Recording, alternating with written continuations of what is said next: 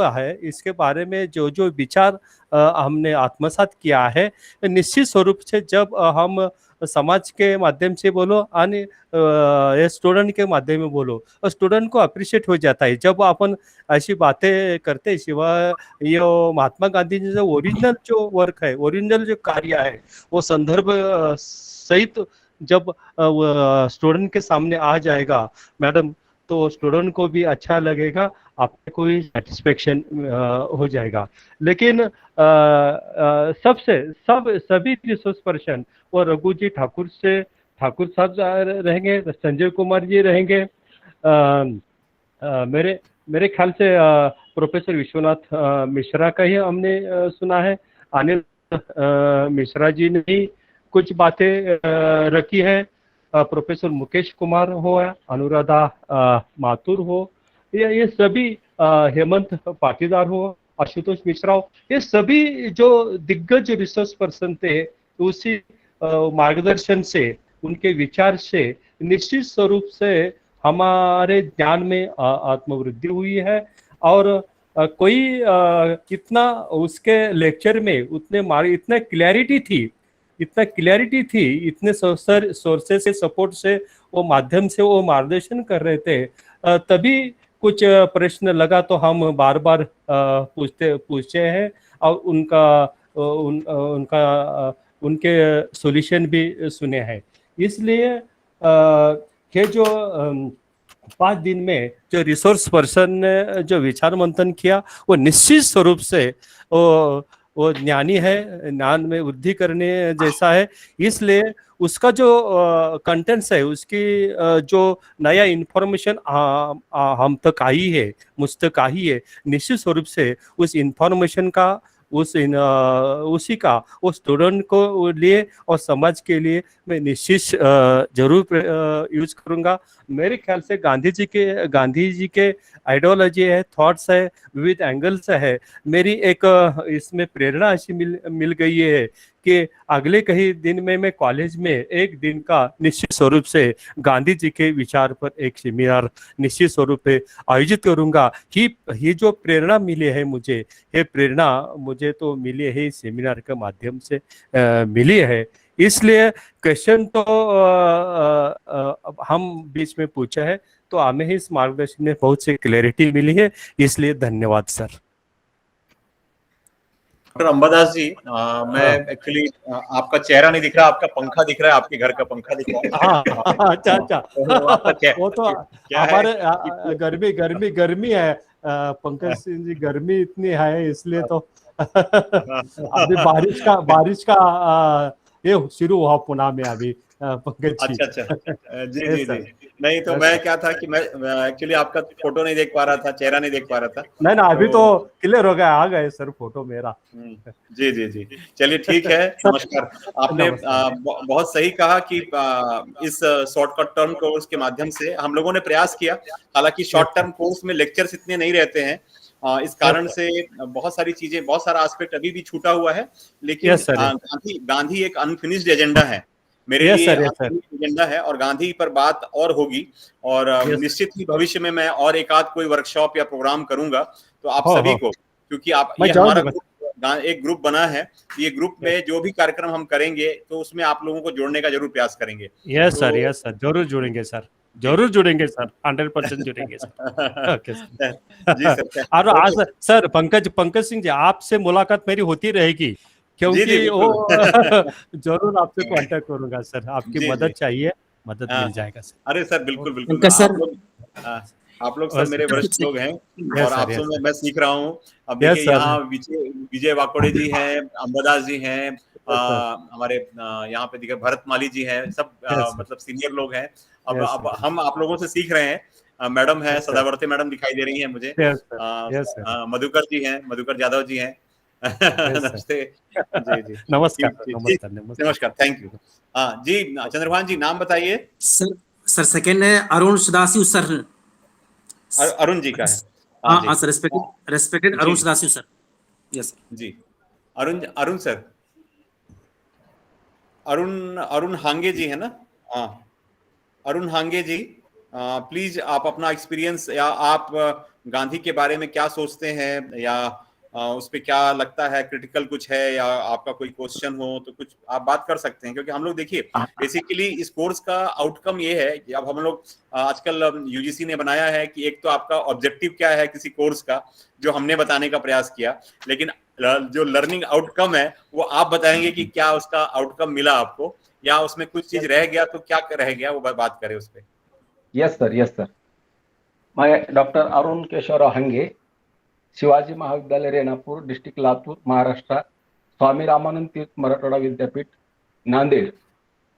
मैं भूगोल सब्जेक्ट का हूं। मैं 95 से कार्यरत हूं। मेरे को गांधी जी की श्रम प्रतिष्ठा सबसे प्यारी है। मैं पहले से ही श्रम करता हूं, अभी भी करता हूं। उसका एक किस्सा बताने चाह रहा हूं। 2003 से 2006 तक मैं एनएसएस का प्रोग्राम ऑफिसर रहा हूं कॉलेज में। तो वो दरमियान हमें जो ग्राम में एक ग्राम है सीलो जवळगा बोल के, रेणापूर तहसील के अंदर, वहां पे हमें 10 दिन का जो शिविर लिया था एनएसएस का, उसमें छात्रों के साथ मैं भी काम करता था। लगभग 100 सेफ्टी टैंक हम खोद के दिए थे। उस गांव हगंदारी मुक्त हुआ उसी साल, और उस गांव को राष्ट्रपति पुरस्कार मिला सर। ये मेरा श्रम प्रतिष्ठा के बारे में व्यू है सर। आपका बहुत लंबा अनुभव है, और आपसे आपने बहुत अच्छी बातें बताई। सर क्या लगता है आपको गांधी के बारे में, कि गांधी के बारे में जो इस कोर्स से आपको कुछ नया कुछ मिला, या मतलब कैसा उसमें कुछ और बेहतरी चाहते थे? बहुत अच्छा रहा सर। बहुत सारी बातें हमें मालूमात हुई, तो हम जागरूक से रहे हैं। तो इतना हिस्ट्री जैसा मालूमात नहीं था गांधी जी के बारे में, लेकिन मेरे को श्रम प्रतिष्ठा के बारे में बहुत अच्छा लगता है। वो हमें बहुत पसंद है, और दूसरे को भी कराने को हम बोलते हैं। बिल्कुल श्रम करना अच्छा है। जी जी जी जी बिल्कुल। गांधी का जो इम्पोर्टेंस ऑफ लेबर, जो श्रम के महत्व को इम्पोर्टेंस देते हैं, और खास करके गांधी का ये जो पूरा कॉन्सेप्ट था, इसको आप देखते हैं कि आश्रम जो उन्होंने स्थापित किए, चाहे वो साउथ अफ्रीका में किए, फिर बाद में इंडिया में आके आश्रम स्थापित किए। तो आश्रम का उद्देश्य भी ये था कि आश्रम के जितने सदस्य हैं वो सब काम करेंगे, हर आदमी काम करेगा, चाहे वो खेती का काम हो, सफाई का काम हो, चाहे कोई कपड़ा बुनने का काम हो, चरखा चलाने का काम हो, तो हर आदमी, ऐसा नहीं कि सफाई का काम पर्टिकुलर कोई एक जाति का आदमी करेगा। सफाई का काम हर आदमी करेगा, हर वो मेंबर करेगा जो उसका सदस्य है, चाहे वो गांधी हो, चाहे नेहरू हो, चाहे कोई मेंबर यदि उसमें है, यदि वहां पे है, तो वो काम करना पड़ेगा, चाहे वो गांधी की पत्नी ही क्यों ना हो। तो ये दिखाता है कि गांधी ने इस चीज को ये बताने का प्रयास किया कि सिर्फ कानून बनाने से नहीं होगा, इसको हमको अपना हमारे आपके अंदर, मन के अंदर लाना पड़ेगा। क्योंकि देखिए सर, कानून तो बने 70 साल हो गया, संविधान में तो बहुत कुछ लागू हो गया कि हम इक्वल हैं, लेकिन हमको इक्वालिटी दिखाई नहीं देती है। क्यों? क्योंकि हमने एक मॉडल को अपनाया, कानून के मॉडल को अपनाया है, लेकिन गांधी का जो सोशल मॉडल था उस मॉडल को नहीं अपनाया है। और इसलिए हम समाज में अभी भी हमारी दूरी बनी हुई है, अभी भी हम जाति के आधार पे, रंग के आधार पे, वर्ग के आधार पे बटे हुए हैं। तो ये महत्वपूर्ण है कि गांधी के जो थॉट था, उसके उस थॉट प्रोसेस के हिसाब से समाज में बदलाव लाने की आवश्यकता है। जी thank you sir, thank you so much. Okay thank you sir. Next कौन है? Chandrabhan ji. Yes sir, respected Balram Mandal ji, Balram Mandal ji sir.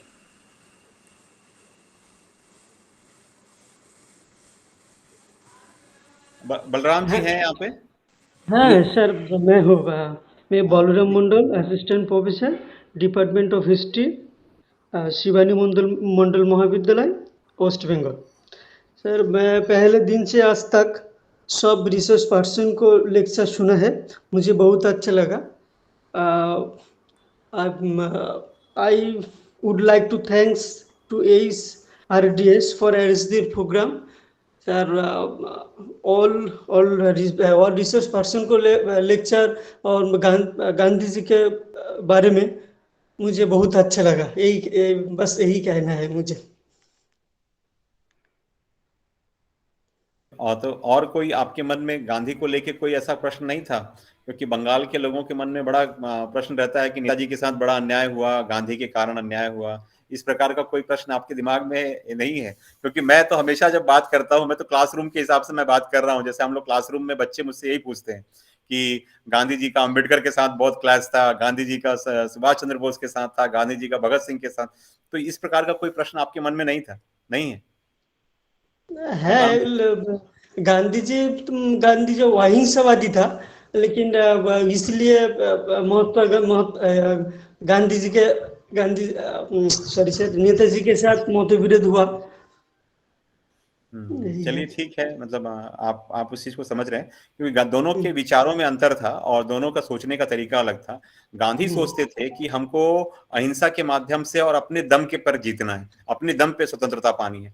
लेकिन सुभाष चंद्र बोस यहाँ डिफर कर रहे थे। वो कह रहे थे कि यदि हमको अपनी आजादी के लिए यदि कोई बाहरी शक्ति से भी समर्थन लेना पड़े तो हमको लेना चाहिए।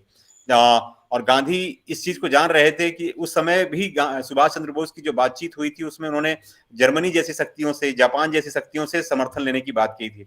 लेकिन गांधी का मत ये था कि ये जो शक्तियां हैं, जो तानाशाही हैं, वो अपने देश में जब तानाशाह हैं तो क्या भरोसा है कि कल यदि अंग्रेज को हरा दिया और अंग्रेजों के जाने के बाद वो शक्तियां ये दावा नहीं करेंगे कि हम यहाँ शासन करेंगे। तो एक प्रकार से ये मतभेद, बड़ा मतभेद था गांधी और सुभाष के बीच में, और शायद इस कारण से भी वो रहा। लेकिन दोनों के देखिए, दोनों का आइडियोलॉजिकल डिफरेंसेस थे, बहुत सारे डिफरेंसेस थे, उसके बावजूद भी एक दूसरे के लिए रिस्पेक्ट था। इस चीज को भी हमको देखना चाहिए। और सबसे बड़ी बात है कि हमारे जो स्टूडेंट्स हैं उनके बीच में सही मैसेज जाना चाहिए। क्या है कि आज की डेट में जैसे गांधी के बारे में जिस प्रकार से अफवाहें फैलाई जाती हैं, गलत बातों को, तथ्यों को रखा जाता है, और इस तथ्यों को रखने, और आज ही नहीं बहुत सालों से ये चल रहा है, तो गलत तथ्य जब हम रखते हैं तो हम एक पूरी पीढ़ी को गलत इतिहास पढ़ा रहे होते हैं। तो मेरा यह कहना है तमाम उन शिक्षकों को कि हमको खुद को, गांधी को पहले खूब पढ़ना होगा या फ्रीडम मूवमेंट को देखना होगा, उसके बाद हमको बात करनी होगी, तभी जाके हम न्याय कर पाएंगे। Thank you Balram ji. Next कौन है? Chandrabhan ji. Yes sir, respected Bapu Deorao ji. Bapu Deorao ji, yes. Bapu ji कहाँ हैं? गांधी के प्रोग्राम में बापू जी भी हैं हमारे साथ। पंकज सर। हाँ जी सर ना। अब मेरा नाम नहीं है। आपके साथ प्रोग्राम में मैं। अच्छा। हाँ बापू जी, आपसे पहले एक और नाम है अरुण कटकोले जी का। अरुण कटकोले जी, मेरे ख्याल से चंद्रभान जी शायद नहीं देख पाए। अरुण कटकोले जी हैं, हमारे पुराने मित्र हैं। नमस्कार सर।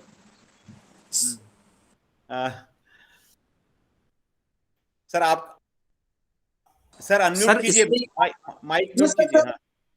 आज के शॉर्ट टर्म कोर्स के 5वें दिन में, चौथे सत्र में आप सबका स्वागत है।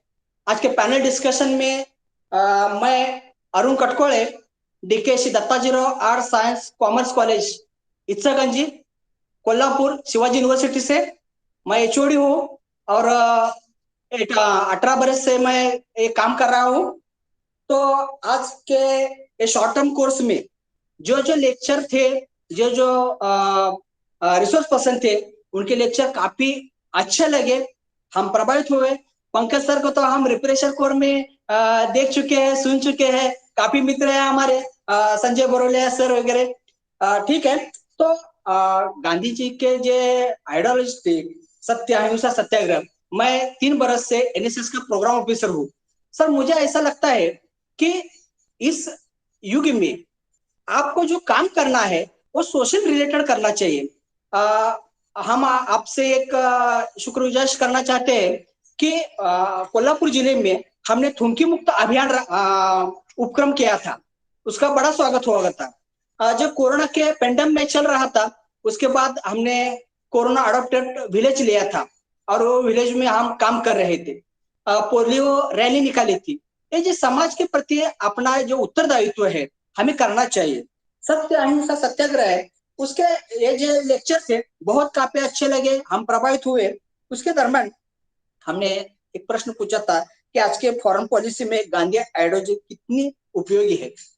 आप राष्ट्रीय स्तर पे, इंटरराष्ट्रीय स्तर पे जो समझ जाते हैं कि गांधी आइडियल मोस्ट इम्पोर्टेंट, लेकिन एक कैसे आपके पड़ोस के देश में फॉरेन पॉलिसी के दरम्यान उपयोगी है क्या? तो हमें एक लक्ष्य क्या, हमें आत्म संरक्षण के लिए अपनी रक्षा भी करना चाहिए। अहिंसा का तत्व तो है, लेकिन अपने आत्मसम्मान के लिए, कि अपने आत्मसम्मान, अपने अपन को बचाने के लिए हमें क्या करना चाहिए, दूसरों के साथ झगड़ना भी चाहिए। तो ऐसा है। तो एक पूछते हुए हमने भी दूसरा प्रश्न पूछा था कि 21वीं सदी में गांधी जी के देहात की ओर चलो। हम सब शहर की ओर भाग चले हैं, रोजगार हो, शहर का अट्रैक्शन है, सब शहर की ओर चल रहे हैं। लेकिन कोविड पेंडेमिक में लोग शहर से गांव तक आ गए। गांव का प्रॉब्लम क्या है, उसके प्रश्न क्या है, ये हम नहीं जान पाए। हमको आकर्षण है शहरों का। तो ऐसा है कि शहर ग्रामीण भाग का, ग्रामीण समुदाय का कोई प्रॉब्लम है, तो प्रॉब्लम हमें सॉल्व करना चाहिए। मेरी एक विनती है सर, मैं आपसे प्रश्न पूछ रहा हूँ। महात्मा गांधी जी जो बैरिस्टर बन के आए थे, उन्हें ऐसा लगा था कि पॉलिटिकल लीडर बनूं या सोशल लीडर बनूं, लेकिन मेरे ख्याल में ऐसा है कि उस स्टेज पे जाने के लिए सोशल वर्क करना जरूरी है। इसलिए उन्हें हरिजन सेवा करनी पड़ी और उससे से वो फेमस हो गए। और पॉलिटिकल पार्टी में बहुत ज्यादा लोग थे, लेकिन ज्यादातर गांधी जी जाने गए कि निष्ठम लोगों के लिए, कि उनके लिए उन्होंने काम किया था। मेरा ये सवाल है सर, उससे आप पंकज सर सहमत है या नहीं, मैं थोड़ा जानना चाहता हूँ। थैंक यू अरुण सर, आपने बहुत अच्छे से अपनी बात कही और गांधी की प्रासंगिकता पर बात की। और आपका जो प्रश्न है कि गांधी पॉलिटिकल और सोशल, तो देखिए गांधी की जो पूरी आइडियोलॉजी दिखाई देती है, तो हम कह सकते हैं कि पॉलिटिकल, ये मैं तो कहूंगा कि हाँ, मैं ये नहीं कहूंगा कि वो पॉलिटिकल नहीं थे, पॉलिटिकल थे, लेकिन उससे पहले एक सोशल रिफॉर्मर के तौर पे हमको नजर आते हैं। जब हम वो आश्रम बनाते हैं, और आश्रम का जो कॉन्सेप्ट है, तो मैं आपको बता दूं कि जब साउथ अफ्रीका में आश्रम था, तब भी वहां पे अलग अलग जातियों के लोग थे। तो वहां पे उस प्रकार का चूंकि भेदभाव नहीं दिखता है, तो गांधी जी के साथ वो समस्या नहीं थी। लेकिन जब साबरमती में जब आश्रम बनाते हैं, तो एक दलित परिवार को वो उनके यहाँ रहने आता आश्रम में, तो आश्रम के जो उच्च जाति के लोग हैं, तो वो विरोध करते हैं गांधी का, कि ये निम्न जाति के इस परिवार को यदि आप लेके आएंगे तो हमारा जाति भ्रष्ट हो जाएगी, और ऐसे में हम आश्रम छोड़ देंगे, हम आश्रम में नहीं रहेंगे। तो गांधी ने कहा कि जिसको लगता है कि मेरा धर्म भ्रष्ट हो जाएगा, जिसको लगता है कि वो इस दलित परिवार के साथ, इस कह सकते हैं नीची जाति के परिवार के साथ नहीं रह सकता है, तो वो इस आश्रम को छोड़ दे, और अभी छोड़ दे।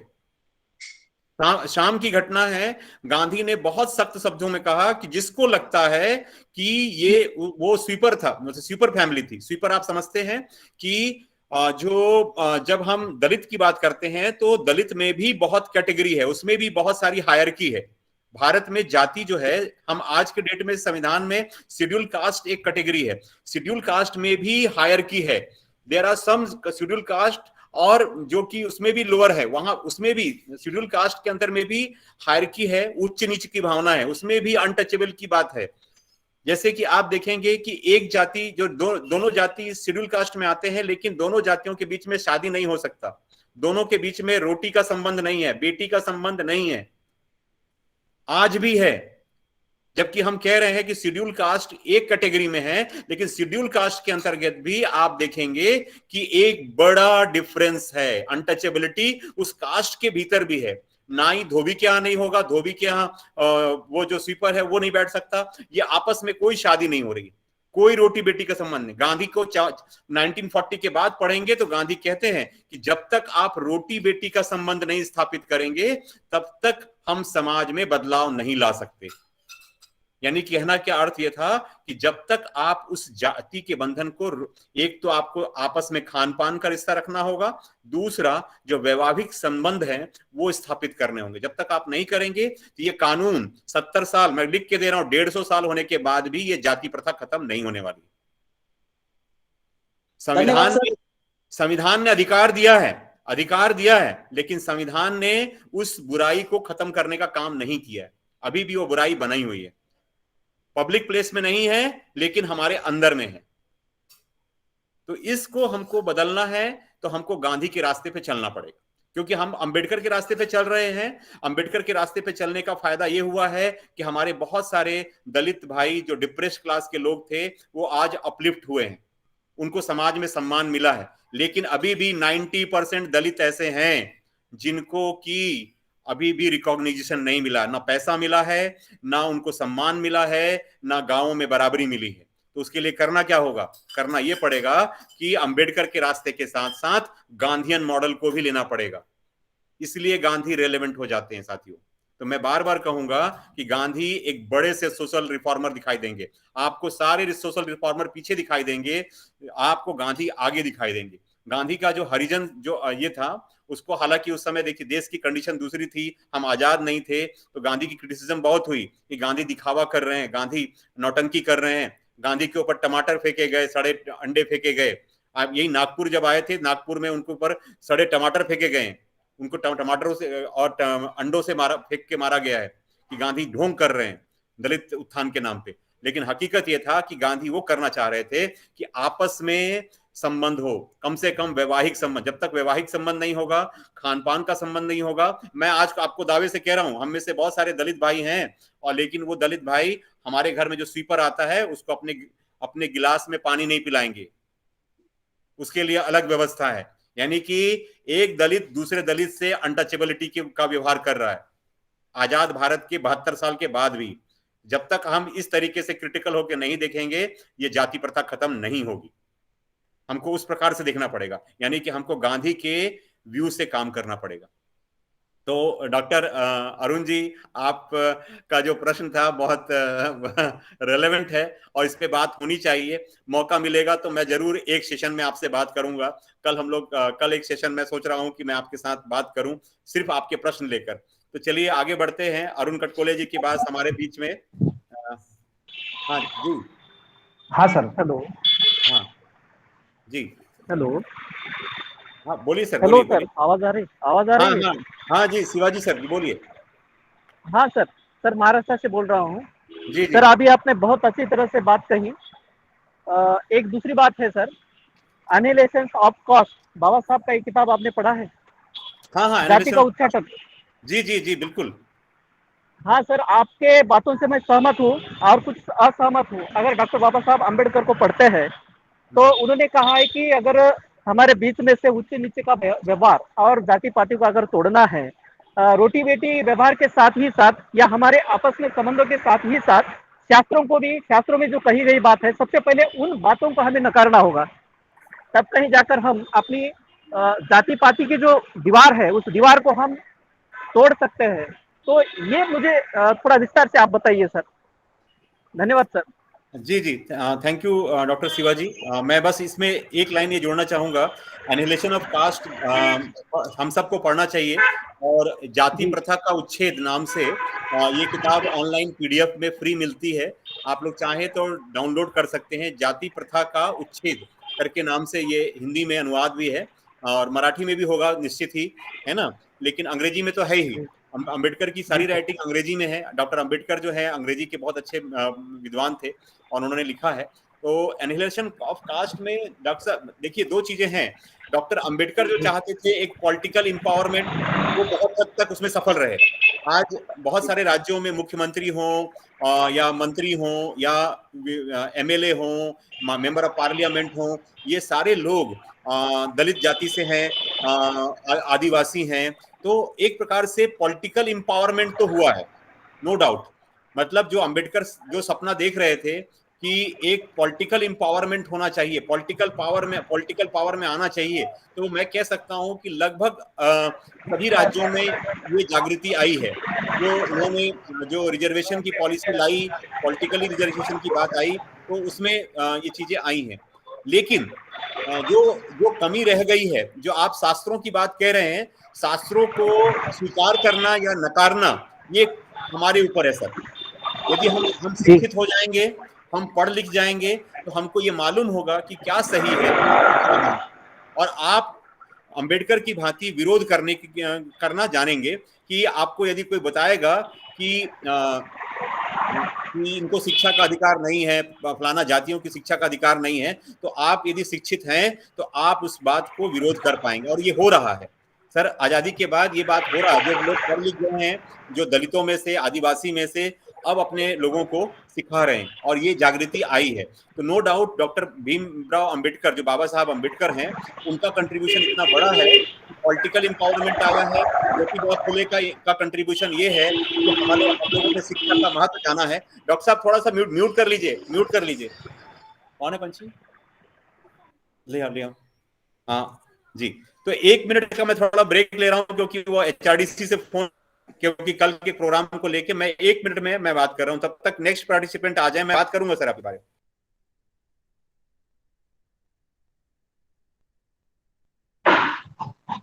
Respected Bapu Devrao ji, next participant. Yes sir, Yes.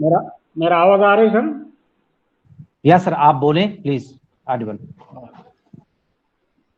My self doctor Bapu Devrao Jadhavar, मैं मराठवाड़ा शिक्षण प्रसारक मंडल औरंगाबाद संचलित बलबीम महाविद्यालय बीड महाराष्ट्र, डॉक्टर बाबा साहेब आम्बेडकर मराठवाड़ा यूनिवर्सिटी औरंगाबाद, इस इलाके में बलबीम महाविद्यालय में इतिहास विभाग का विभाग प्रमुख हूँ। सर, मैं इस कोर्स के बारे में आपको एक बात कहूँगा कि मैंने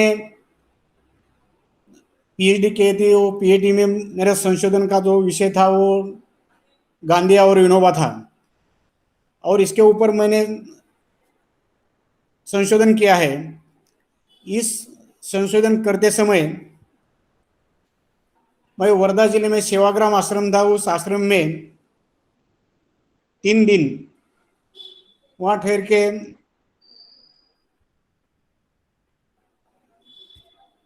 गांधी के बारे में जो इन्फॉर्मेशन थे वो मैंने कलेक्ट किए थी। लेकिन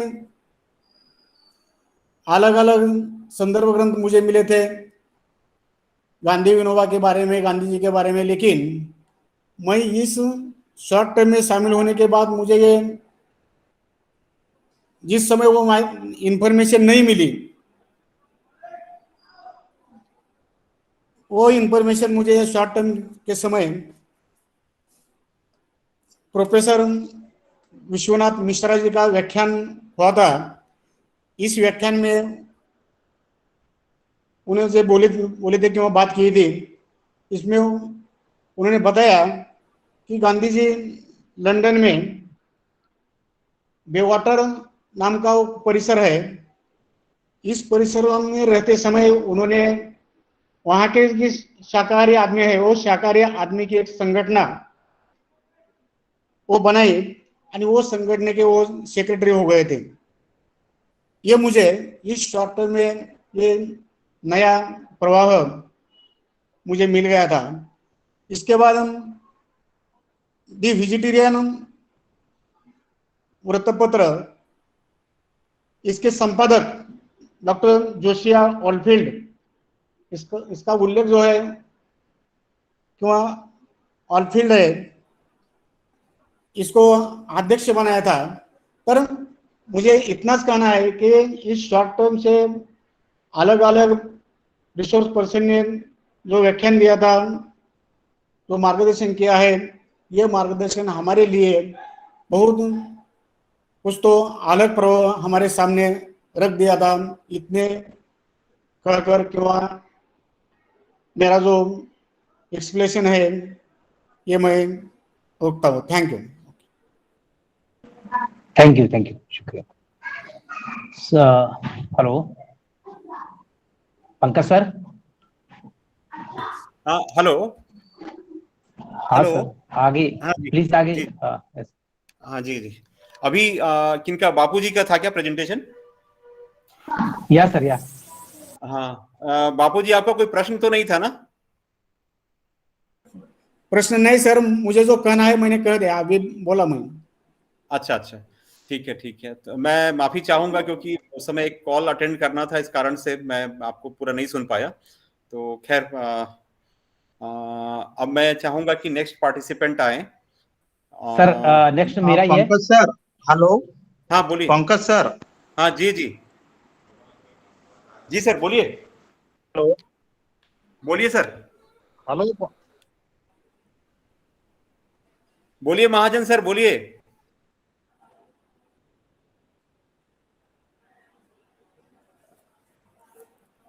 हेलो। हेलो हेलो महाजन सर बोलिए बोलिए। हाँ हाँ पंकज सर, मैं मराठी में बात कर सकता क्या आपके साथ? Hello Pankaj sir. हाँ जी सर जी आप अनम्यूट करिए सर। हाँ आप मराठी में बोलिए, मैं नहीं समझ हेलो? पाऊंगा तो सदावर्ते मैडम मेरे को बता देंगी। सदावर्ते मैडम है, वो बता देंगी क्या हाँ क्या बोलते हैं। हाँ सर मी महाराष्ट्रामधून संत गाडगे बाबा अमरावती विद्यापीठ अमरावती येथील शिवरामजी मोघे कला वाणिज्य विज्ञान महाविद्यालय पांढरकवडा जिल्हा यवतमाळ येथून बोलतो आहे। तर मागील 5 दिवसापासून जे सुरू आहे सर आपल्या गांधीजींच्या संदर्भात मला काही प्रश्न पडले पंकज सर, आणि विशेष करून मला ते तुम्हालाच विचारावेसे वाटते। सर आवाज येतो आहे? हाँ आवाज येतोय सर। हाँ येतोय हाँ, सर। आवाज आ रही है। पंकज सर माझा आवाज आ प्रश्न रही है। असा आहे आवाज आ रही सर। की माझा प्रश्न असा आहे पंकज सर की या राजकीय लोकांनी गांधीजींना साधन का बनवलं, त्यांच्या विचारांना साधन का बनवलं, पाहिजे तसा त्यांचा वापर का करतोय? म्हणजे गांधीजींचा विचार सोयीनुसार प्रत्येक राजकीय पार्टी त्याचा उपयोग करते आहे। I'll explain from Maharashtra. आणि प्रत्येक मैडम हाँ मैडम थोड़ा क्लियर कर दीजिए मैडम। हाँ हाँ, जो प्रत्येक राष्ट्रीय व्यक्ति पार्टी जो सब है, गांधीजीला आणि त्यांच्या विचाराला आपल्या सोयीनुसार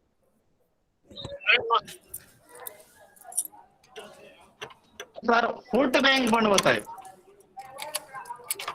राजकीय विचारांच्या संदर्भात ज्या वेळेला चर्चा करतो आपण, आणि जागतिक स्तरावर ज्या माणसाला राष्ट्रपिता म्हणून ज्यांचं नाव आहे त्या राष्ट्रपित्याची भारतामध्ये अशा प्रकारे अवहेलना होणे हे किती उचित आहे?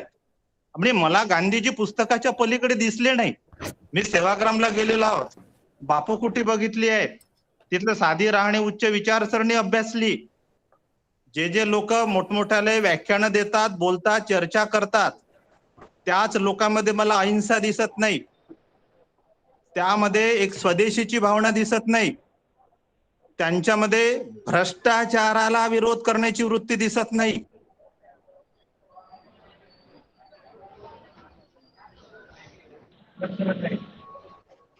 मेरे को कोई गांधी थोड़ा ट्रांसलेट कर दीजिए, थोड़ा ट्रांसलेट कर दीजिए।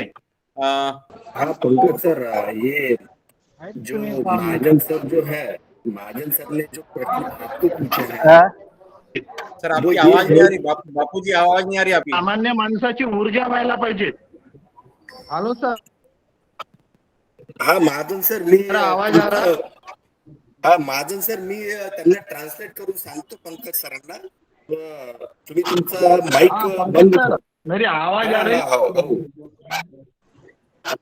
हेलो हाँ पंकज सर, महाजन सर का ये प्रश्न है कि ये जो राजकीय नेता लोग हैं इन्होंने गांधी जी को एज ए साधन करके इस्तेमाल किया है, तो ये क्यों हो रहा है? ये दूसरा उनका एक प्रश्न है कि जो लोग बड़े बड़े वक्ता गांधी जी के ऊपर जो भाष्य करते हैं, गांधी जी के जो तत्वों के बारे में बात करते हैं, लेकिन वही तत्व जो है वो पंकज सर नहीं है, तो इस बारे में आपके विचार चाहते हैं कि आप क्या सोचते हैं इस बारे में? देखिए पंकज सर मेरा आवाज आ रहा? हा महाजन सर, आ रहा। महाजन सर मी विचारलं तुमच्याकडून प्रश्न, आता ते तुमच्या प्रश्नाचं उत्तर देतात। हाँ हाँ उत्तर देते हैं। ठीक है ठीक है, thank you sir, thank you. ठीक है। एक्चुअली जी जी एक्चुअली महाजन सर का जो क्वेश्चन है बहुत महत्वपूर्ण है। क्वेश्चन ये है कि पॉलिटिक्स में आजकल जो गांधी का सबसे ज्यादा, देखिए सबसे ज्यादा मिसयूज कोई नाम हुआ है तो वो महात्मा गांधी का है। आजादी के बाद सबसे ज्यादा गांधी को अपने फायदे के लिए, पॉलिटिकल गेन के लिए हम लोगों ने यूज किया है और हर जगह किया है। गांधी को, चाहे वो गांधी के नाम को हम इनकैश करना चाहे, कोई पार्टी हो। इवन आपको बता दूं, जब देश आजाद हुआ था तो गांधी ने कांग्रेस के लिए कहा था कि इस पार्टी को डिसॉल्व कर दीजिए, इस पार्टी को खत्म कर दीजिए। वो इसलिए कहा था क्योंकि ये जब तक ये पार्टी रहेगी अपने आप को फ्रीडम मूवमेंट से जोड़ के बताएगी कि हम फ्रीडम मूवमेंट में बहुत कुछ किए हैं, इसलिए हमारा काम है।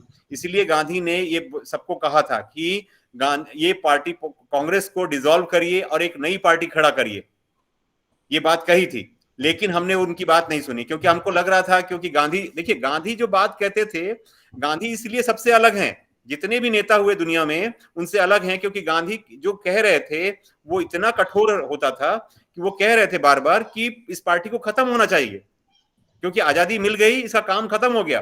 1885 में कांग्रेस की स्थापना ही इसलिए हुई थी कि आप भारत के लोग ब्रिटिश गवर्नमेंट के सामने अपनी बात रखेंगे, इस मुद्दे के लिए उस समय पार्टी बनी थी। गांधी ने कहा देश आजाद हो गया, अब पार्टी की जरूरत नहीं है, आपको डेमोक्रेसी के लिए पॉलिटिकल पार्टी बनाना है तो आप एक नई पार्टी का गठन करिए। लेकिन गांधी को किसी ने नहीं सुना। लेकिन सबसे ज्यादा गांधी को मिसयूज किया है हम लोगों ने, और आज भी कर रहे हैं।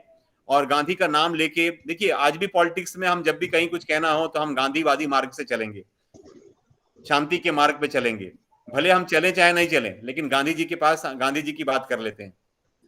तो सवाल ये है, ये आपका प्रश्न बिल्कुल सही है कि गांधी को सबसे ज्यादा मिसयूज किया गया है। जितना मैं समझ पाया आपके प्रश्न को, मेरा उत्तर ये है जी। मैडम और कुछ था क्या? मतलब मैं, सर ठीक है जवाब आप सुन पाए? हेलो, नहीं, और एक उनका प्रश्न था सर, महाजन सर का। सर आपने आंसर सही दिया सर जी। हाँ, हेलो पंकज सर, आपने आंसर बहुत अच्छा दिया सर, लेकिन हमारे जो राष्ट्रपिता जी है ना, उनके ऊपर कुछ आपत्ति आती तो कोई लोग ये इंडिया के रोने के लिए तैयार नहीं होते। क्यों ऐसा, क्यों ऐसा? गांधी जी की जात कौन सी है? Gandhi ji is a Indian person, Gandhi ji is a god, god है गांधी जी, हर आदमी का गॉड है। लेकिन हमारे गांधी जी को अपने अपने ढंग से यूज करते सभी लोग, अपने अपने तरीके से यूज करते। और गांधी जी किताब के बाहर निकले नहीं, जिंदगी में दिखते ही नहीं गांधी जी। ऐसा क्यों? ये मेरा सवाल है सर, मैं आपसे रिक्वेस्ट। एक्चुअली देखिए गांधी नहीं, देखिए मैं साथियों मैं इतना कहना चाहूंगा कि मैं आप सभी से निवेदन कर रहा हूं इस कोर्स के माध्यम से कि गांधी जब जिंदा थे तब भी उस बात को पसंद नहीं करते थे कि उनको, जब उनको महात्मा कहा जाता था, महात्मा उनके मित्र कह रहे थे। गुरुदेव रविन्द्रनाथ टैगोर, उससे पहले प्राण जीवन नेता जो उनके मित्र थे, वो भी उनको क्या कह सकते हैं, महात्मा कहा था पहली बार। और उनको भगवान भी कहा गया, ईश्वर का रूप। रणजीत गुहा अपने जो सबअल्टर्नेट जो हिस्ट्री जो उन्होंने लिखी है उसमें वो बताते हैं कि कैसे लोकगीतों में गांधी को भगवान का दर्जा दिया गया, और कहते हैं कि कहीं कहीं पे गांधी जी का मंदिर भी बनाया गया। लेकिन साथियों, ये काम हम लोग भारत में दो लोगों के साथ किए, दो अन्याय किया हम लोगों ने, एक महात्मा बुद्ध के साथ और दूसरा हमने गांधी के साथ। जैसे ही हमने किसी व्यक्ति को भगवान बना दिया, मामला वहां खत्म हो गया। क्योंकि भगवान बनाने से होता क्या है, हम ये मान लेते हैं कि ये आदमी का काम नहीं है, ये किसी ऐसे महात्मा का काम है या ऐसे ईश्वर का काम है जो आम इंसान नहीं कर सकता। गांधी इसी बात का विरोध करते थे। गांधी कहते थे कोई भगवान नहीं है, कोई इस प्रकार की बात नहीं है, उनमें महात्मा जैसी कोई बात नहीं है। गांधी एक साधारण आदमी थे, साधारण आदमी थे और अपनी गलतियों से सीखे थे। तो साथियों, हम लोगों को ये कहना ये है, मेरा ये कहना है कि गांधी को हमको एक साधारण आदमी के रूप में लेना है, महात्मा के रूप में नहीं लेना है, और गांधी को कभी भी भगवान के रूप में नहीं लेना है। ये गलती हमने महात्मा बुद्ध के साथ किया। देखिए, गौतम बुद्ध को हमने भगवान बनाया, उनका धर्म जो है हमने नष्ट कर दिया भारत में, उस धर्म को हमने नष्ट कर दिया। और आज जो धर्म है, हम आज उस महात्मा बुद्ध का भी हम बहुत फायदा उठाते हैं। जहां हमको जरूरत होती है महात्मा बुद्ध को बता देते हैं। लेकिन महात्मा बुद्ध के साथ सबसे ज्यादा अन्याय हुआ। तो साथियों, इस बात को ध्यान रखिए कि जब भी हम किसी व्यक्ति को भगवान बनाते हैं, मतलब ये मान लेते हैं कि ये भगवान का काम है, ये इतने बड़े बड़े काम भगवान ही कर सकता है। लेकिन नहीं, गांधी ये बतलाना चाहते हैं कि ये जो काम है ये हर आदमी कर सकता है। मेरी आवाज आ रही है आप लोगों को? यस सर, आ रही सर आ रही है आ रहे सर, आ रहे। Pankaj sir, thank you sir, thank you sir. ठीक है, thank you. Okay, thank you जी। जी, अब हम नेक्स्ट पार्टिसिपेंट जो है मिलेंगे। चंद्रभान जी, आप सर, हैं? सर मेरा ही है, मैं करूंगा अभी, सर मेरा ही। जी बताइए। सर फर्स्ट ऑफ मैं Chandrabhan Singh from assistant professor department of political science, Kalpi college Kali, district Jalaun, Uttar Pradesh. Sir जो मेरा मानना है वो ये है कि गांधी जी के विचारों को खंड खंड में ना देख करके समग्र रूप में हमें देखना होगा। और यही सर आज की परेशानी है या दिक्कत है समाज में कि समग्र रूप में ना अपना करके हमको सभी क्षेत्रों में गांधी को अपनाना होगा, चाहे वो सामाजिक क्षेत्र हो, चाहे राजनीतिक क्षेत्र हो, चाहे वो आर्थिक क्षेत्र हो। सर जैसे ग्राम स्वराज को हम लेते हैं, ग्राम स्वराज को सर आज के जैसे वर्तमान वैश्विक परिवेश में जब कोरोना काल है, जब एलाइनेशन की भावना बढ़ रही थी पूरे विश्व में कि सभी देशों को अलग अलग मतलब लोगों को आना जाना रुक गया था, तो ऐसे में इसमें ग्राम स्वराज बहुत ही प्रासंगिक हो रहा था कि आत्मनिर्भर, हमारा गांव आत्मनिर्भर बने, समाज आत्मनिर्भर हो, हमारा देश आत्मनिर्भर हो। इसके अलावा टशीसी का सिद्धांत सर जो मेन है, क्योंकि आर्थिक या अर्थव्यवस्था को विकेंद्रीकरण किया जाए, जिससे कि जो समाज के लाभ हैं वो समाज के अंतिम व्यक्ति या अंतिम पायदान पर खड़े व्यक्ति तक पहुंच सके समाज के लाभ। और इसीलिए इस आर्थिक विषमता को खत्म करने के लिए गांधी जी ने यह टशीसी का सिद्धांत दिया था। अगला सर सर्वोदय के बारे में इन्होंने जो सिद्धांत है वो ये है कि सर्वोदय सभी का उदय, अमीर का भी उदय होना चाहिए, गरीब का भी।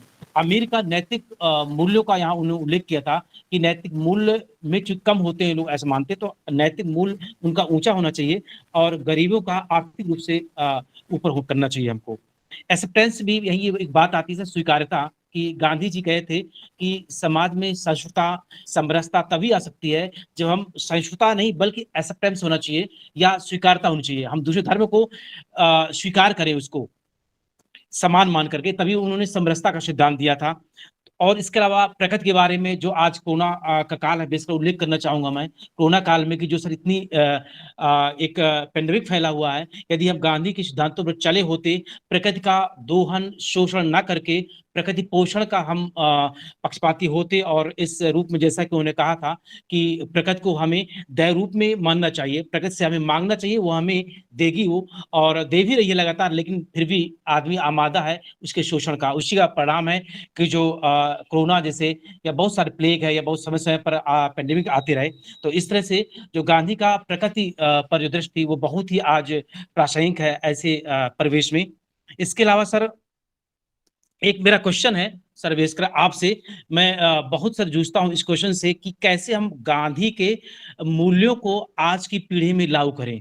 सैद्धांतिक सर तो बहुत सही लगता है, लेकिन परेशानी होती जो हम व्यवहार में जाते हैं, चाहे सर ग्राम स्वराज की बात हो, ग्राम स्वराज में सर राजनीतिक सत्ता का विकेंद्रीकरण भी हो चुका है, ग्राम स्तर पर सभाएं या जो निम्नतम स्तर पर है वो सब गठित हो चुकी हैं सर, चाहे नगर निगम वगैरह हो, लेकिन आज भी सर पता नहीं क्यों ये पूरी तरह से चाहे इनका एक्टिवेशन ना हो रहा हो, क्रियान्वित ठीक से ना हो पा रही हो। तो ये मेरा आपसे क्वेश्चन है, कैसे हम ग्राम स्वराज का जो दर्शन था वास्तव में व्यवहारिक रूप में जमीन पर ला सकें, और सर गांधी मूल्यों को कैसे हम अगली पीढ़ी तक पहुंचाएं, बेस करके ऐसे समय जब सर ये समय ऐसा है जो आधुनिक समय में जो आधुनिक मूल मान्यताएं हैं उनको भी देखना है, लेकिन फिर भी सर कहीं ना कहीं थोड़ा दिक्कत आ रही है गांधी मूल्यों को हमें व्यवहारिक में अपनाने में। तो ये सर मेरे दो क्वेश्चन है आपसे सर, प्लीज। मैं आपके दोनों क्वेश्चन का जवाब दूंगा।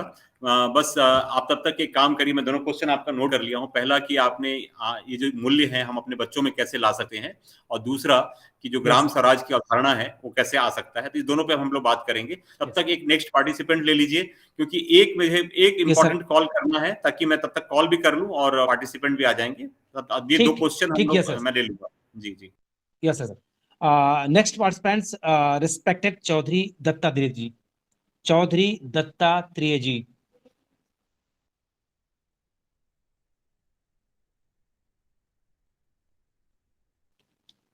सर शायद नहीं है। उसके आगे बुला लीजिए, उसके आगे बुला लीजिए। रिस्पेक्टेड देवीदास श्री राम भगत जी, श्री देवीदास श्री राम भगत जी। हाँ, thank you sir. Hello sir. Sir मेरा नाम देवीदास। Hello sir. हाँ सर, मेरा नाम देवीदास श्रीराम महाराष्ट्र से हूँ सर। हाँ सर बोले। मेरे कॉलेज का नाम यशवंतराव चौहान कला विज्ञान महाविद्यालय मंगरूळपीर। मेरा सब्जेक्ट है सोशियोलॉजी। मैं 27 साल से सोशियोलॉजी का अध्यापन कर रहा हूँ और मैं ये शॉर्ट टर्म सागर में पहली बार करा हूँ। और हमारे कॉलेज के जो लोग हैं सर, उन्होंने ये शॉर्ट टर्म की बहुत तारीफ की थी, इसलिए ये शॉर्ट टर्म मैंने ज्वाइन किया। और मुझे महात्मा गांधी के बारे में इतना मालूम नहीं था सर, पर जब मैंने ये शॉर्ट टर्म किए ये 5 दिन में, तो बहुत सारे महात्मा गांधी के विचार मेरे को अच्छे लगे, बहुत सारे। मैंने इतना महात्मा गांधी नहीं पढ़ा था, लेकिन ये 5 दिन में इतने अच्छे से रिसोर्स पर्सन आ गए, इसलिए मुझे बहुत अच्छा लगा और मेरे जो कंसेप्ट था वो क्लियर हो गया। वैसे कि महात्मा गांधी ने ग्राम गीता, स्वदेश, भागवत गीता, उनका साबरमती आश्रम, उनका अफ्रीका, डॉक्टर नेताजी सुभाष चंद्र बोस, रवींद्रनाथ टैगोर, इनके कैसे संबंध थे ये सब बहुत अच्छे लगे, क्योंकि मैंने अभी तक इतना पढ़ा नहीं था। हम क्या गांधी की जयंती मनाते, हर चढ़ाते, सब भूल जाते हैं। आज के बच्चों को महात्मा गांधी के विचार ज्यादा मालूम नहीं, क्योंकि उसके जिम्मेदार हम भी है। ये अपने शिक्षक का कहना बच्चों को कि महात्मा गांधी की किताबें पढ़ो, लेकिन ऐसे नहीं बोलो अब ये बनना है ये अपने को महात्मा गांधी अपने जो उदाहरण बुद्ध का जो बौद्ध धर्म है वो भारत में नष्ट किया, क्योंकि बुद्ध पढ़ा नहीं जाता और पढ़ने को बोल बुद्ध लोग पढ़ते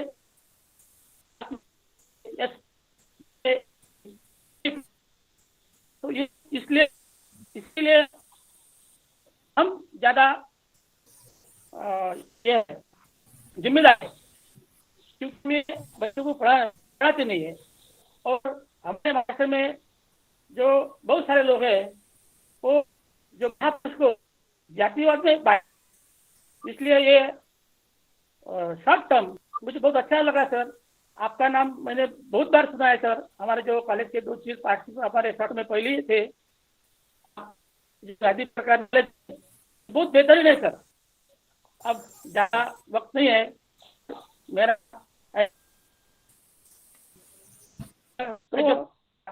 ऑफलाइन उसके और हमें तो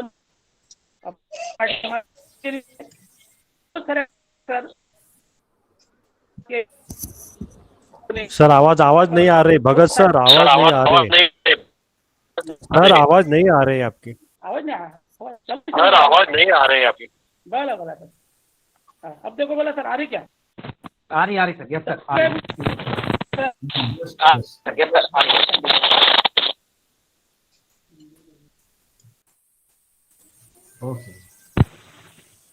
सर आवाज नहीं आ रही, अगला बोले सर प्लीज, आप बताएं सब लोग। चौधरी सर अपना माइक म्यूट करें। चौधरी सर। हेलो नमस्ते सर।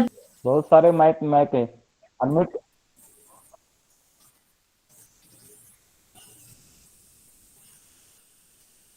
हेलो हेलो सर, आवाज आ रही?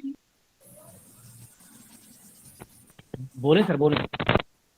हेलो सर, मैं महाराष्ट्र से बोल रहा हूँ, Chaudhary M Pankaj sir ji, good evening all participants. Sir Gandhi विचाराचं जे आपण शॉर्ट टर्म कोर्स मध्ये आयोजन केलेलं आहे ते अतिशय महत्वपूर्ण आहे, पण माझं असं एक थोडक्यात मत आहे की या देशाला स्वातंत्र्य मिळवत असताना या देशामध्ये राष्ट्रवाद जर प्रथम कोणी निर्माण केला असेल तर तो टिळकांनी निर्माण केला आणि मगच गांधीवादी विचाराने या देशाला स्वातंत्र्य मिळालं.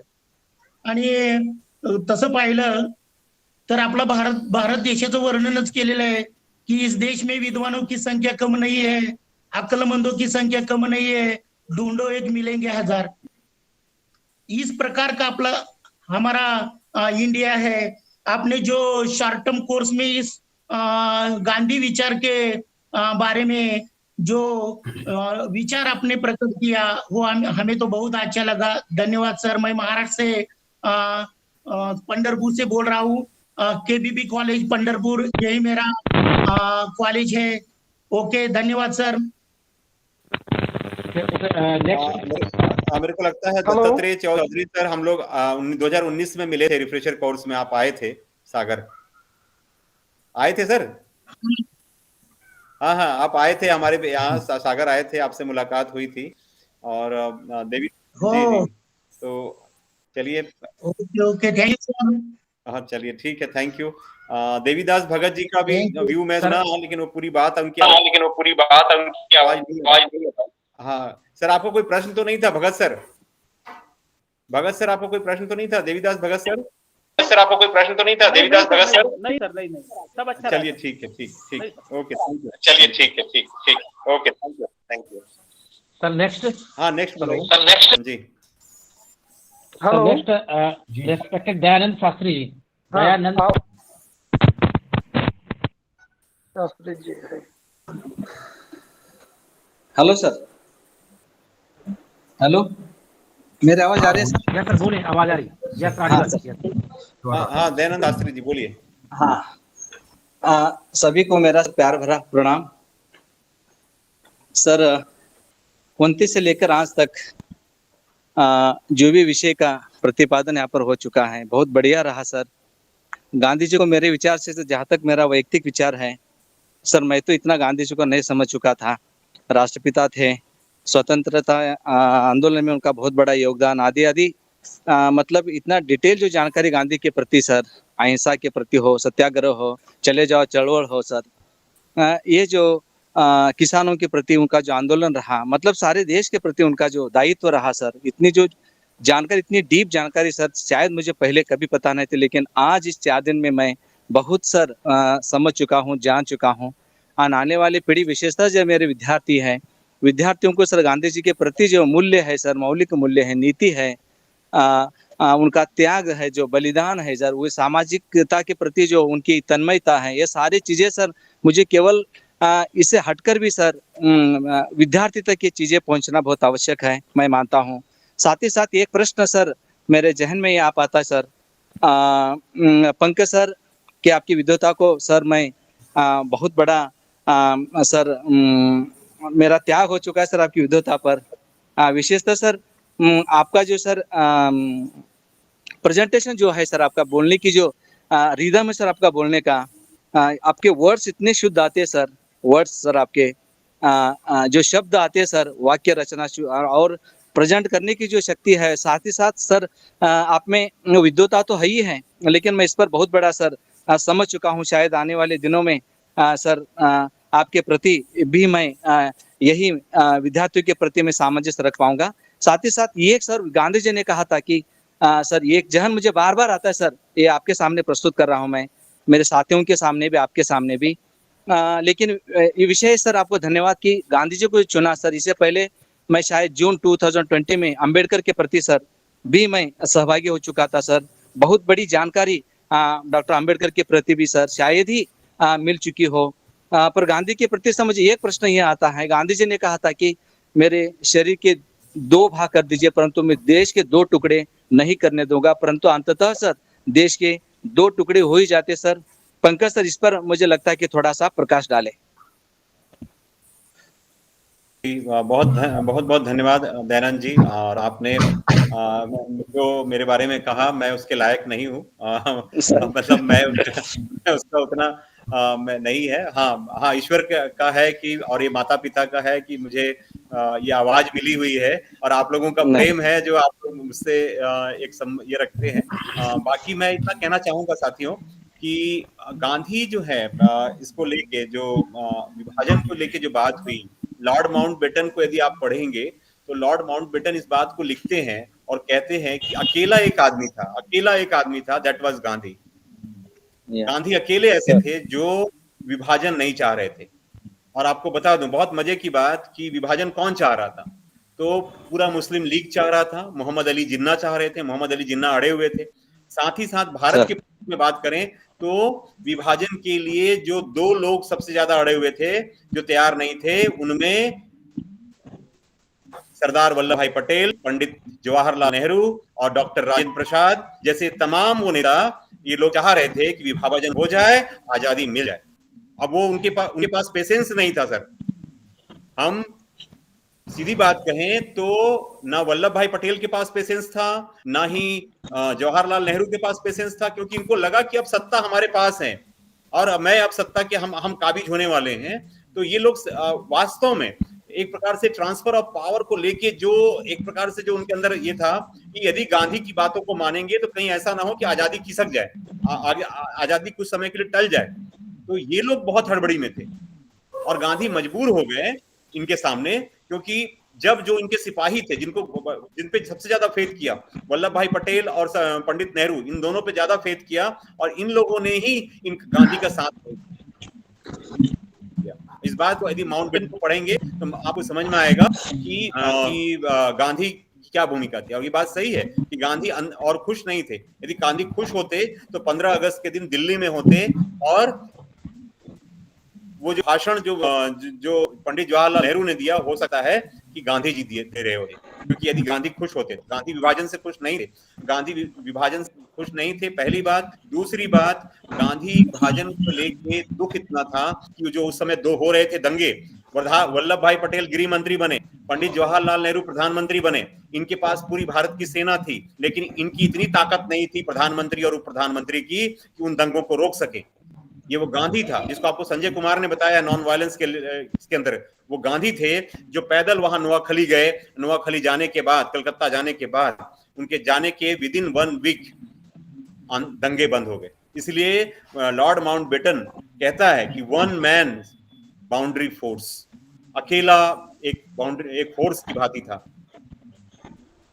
और गांधी इसलिए बहुत, और यदि और प्रोफेसर प्रतिभा मैडम ने पुरुषोत्तम अग्रवाल जाने माने हिंदी साहित्य के लेखक हैं और हिंदी साहित्यकार रहे हैं, और जेएनयू में उन्होंने 15 साल नौकरी की और यूपीएससी के मेंबर रहे हैं। मजबूती का नाम गांधी। आप देखेंगे, उसको पढ़िए, उसमें लिखा है कि किस प्रकार से गांधी उस ताकत, उनकी अहिंसा की ताकत क्या थी। तो ये दिखाता है कि गांधी तो कभी विभाजन नहीं चाह रहे थे, लेकिन उनके जो कह सकते हैं उनके जो उत्तराधिकारी थे, वो लोग, उनके पास पेशेंस नहीं, किसी हालत में चाह रहे थे चाहे विभाजन हो जाए, हमको आजादी मिल जाए। तो ये एक समस्या है। हम सिर्फ मुस्लिम लीग पे आरोप लगाते हैं, मैं कहता हूं कि कट्टरपंथी ताकत हमारे पास भी थी और कट्टरपंथी ताकत उनकी भी थी, और दोनों इसके लिए जिम्मेदार हैं। और जितने जिम्मेदार उनके नेता थे उतने ही जिम्मेदार हमारे भी नेता थे, ये भी समझिए। क्योंकि पॉलिटिक्स में सब पावर पॉलिटिक्स हो रहा था और सबको लग रहा था कि पावर कैसे हमारे पास आ जाए, और उस पावर के लिए ये सारा चीज हुआ, और इसमें गांधी को ब्लेम आता है। और गांधी उस समय वास्तव में कमजोर हो गए। कमजोर इसलिए हो गए क्योंकि उनको साथ देने वाला उस समय कोई नहीं था कांग्रेस के भीतर। Thank you sir. Okay sir, next. Okay, बहुत धन्यवाद सर। सर मेरा परिचय देना भूल गया सर मैं। Pankaj sir, hello sir, Pankaj sir. हाँ जी, बोलिए। मेरा परिचय देना, मैं डॉक्टर दयानंद शास्त्री, नूतन विद्यालय पदवी महाविद्यालय कलबुर्गी कर्नाटका, गुलबर्गा विश्वविद्यालय कलबुर्गी कर्नाटक सर। जी सर। चलिए, अच्छा है। तो गांधी की बात कर्नाटक तक हो गई है तो ये बड़ी बात है। तो गांधी का कर्नाटक तक पहुंच गए। नहीं सर, 1927 मार्च सर 1927 हमारे कॉलेज को आए थे सर गांधी जी। अच्छा, हाँ, मार्च 1927 सर। हाँ जी। ये बहुत बड़ी पुण्य भूमि है सर मेरा महाविद्यालय। नहीं, चलिए दयानंद जी, आप वहाँ हैं तो मुझे लगता है जैसे मैं यहाँ सागर में मैं गांधीयन थॉट एक पेपर पढ़ाता हूँ, उसके माध्यम से बहुत सारे बच्चों को, मैं कह सकता हूँ कि पिछले सालों में, कई सालों में मैंने लगभग 1000 से अधिक बच्चों को गांधी के बारे में बात की, और इवन जो पेपर मेरा गांधी का नहीं भी होता है उसमें भी गांधी की बात को मैं रखता हूँ, क्योंकि मैं चाहता हूँ कि मैं सिलेबस के बाहर बात करता हूँ। मैं सिलेबस में बांध के बहुत बढ़िया सर। सिलेबस की बात यूजीसी करता है, सिलेबस यूनिटी सिलेबस करता है, लेकिन मतलब मैं मानता हूँ कि बीइंग ए टीचर मैं सिलेबस से बाहर हूँ, और टीचर का कर्तव्य है कि भारत को बारे में बात करे। टीचर जो है इतिहास की बात करता है, तो वो उन चीजों अम्बेडकर, मैं अपनी क्लास में अम्बेडकर, ज्योतिबा फुले, गांधी और इस प्रकार के जितने बड़े नेता हैं, चाहे वो साहू जी महाराज भी क्यों ना हो, चाहे क्यों वो आपके क्या नाम है, लाल बहादुर शास्त्री जैसे नेता, ऐसे जो लोग हुए, जो देश को बनाने वाले लोग, इवन आपके दीनदयाल उपाध्याय जो लोग हैं, जो एकात्म मानववाद की बात करते हैं, तो हम उन लोगों के बारे में भी हम बात करते हैं और करना भी चाहिए। और जैसे कि आप जानते हैं हमारे संस्थापक हरि सिंह गौर हैं, तो ऐसे लोगों के बारे में जिससे हमारे बच्चे जो हैं जीवन में प्रेरणा लें। अभी चंद्रभान जी एक प्रश्न कर रहे थे कि कैसे गांधी को मूल्यों को जीवित रखा जाए, ये टीचर की बहुत बड़ी रिस्पॉन्सिबिलिटी है। तो मैं चंद्रभान जी ये कहना चाहूंगा कि जो मैंने काम किया, आप देखेंगे, कभी आप सागर आइए, कभी मैं अपने बच्चों को बुलाऊंगा, तो आप देखेंगे कि मेरे बच्चों का ओरिएंटेशन एकदम अलग है, गांधी के प्रति उनकी जो फीलिंग है एकदम अलग है, और मेरी बड़ी फैन फॉलोइंग कह सकते हैं बच्चों के बीच में गांधी को लेके है। क्योंकि मैं मतलब मेरे जो लोग हैं, मेरे बच्चे जो हैं, अक्सर प्रश्न पूछा करते हैं गांधी को लेकर, चाहे वो सिलेबस किसी भी पेपर को, एंशिएंट हिस्ट्री का पढ़ाऊं, चाहे मैं हिस्टोरियोग्राफी पढ़ाऊं, चाहे दलित स्टडीज पढ़ाऊं, वो बात करेंगे गांधी की।